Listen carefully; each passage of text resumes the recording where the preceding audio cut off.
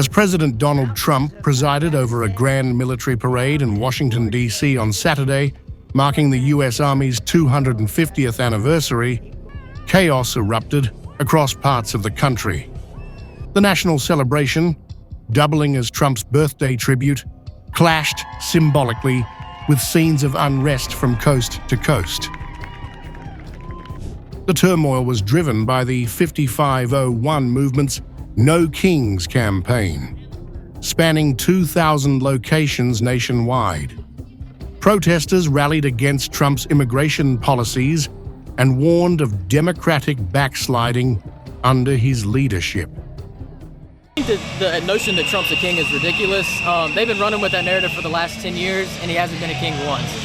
If he was a king, he never would have left office in 2020. Today we're gathering as many of our friends across the country and across the state for a No Kings rally to protest the current administration's priorities and current activities across the nation. In Portland, Oregon, the movement's No Kings March drew tens of thousands. The peaceful rally began at 1 p.m. and reached Waterfront Park by 4 p.m., 5 miles from the city's ICE facility, where events took a darker turn. By evening, a splinter group descended on the ICE site. Fireworks, smoke grenades, and rocks were hurled at federal officers. Windows were shattered, officers were doxxed, and 4 agents were injured.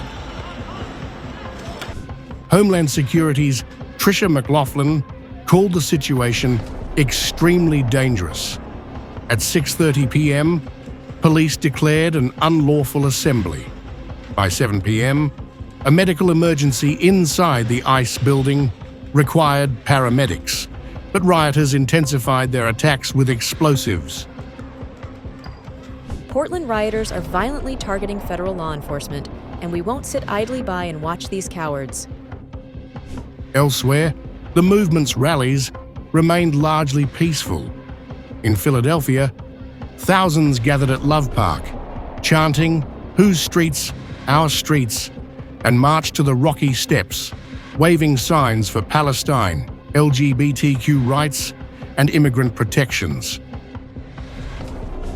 In Jackson, Mississippi, demonstrators rallied at the state capitol, blasting Black Sabbath's War Pigs and wearing tinfoil crowns in mockery of authoritarianism.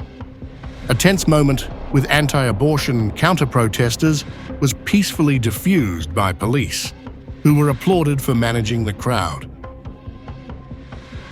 We're just out here exercising our First Amendment right just like they are, because we believe that that's what America was founded on, is people with different ideas coming together and being able to get along peacefully with one another. We believe that's what the Constitution's all about and what the American Revolution was all about. The 5501 movement's 50 states, 50 protests plan unfolded in sync with the D.C. parade, highlighting the ideological divide between Trump's administration and a vocal opposition demanding democratic accountability. Portland's violence, contrasted with peaceful mass rallies elsewhere, paints a portrait of a divided America.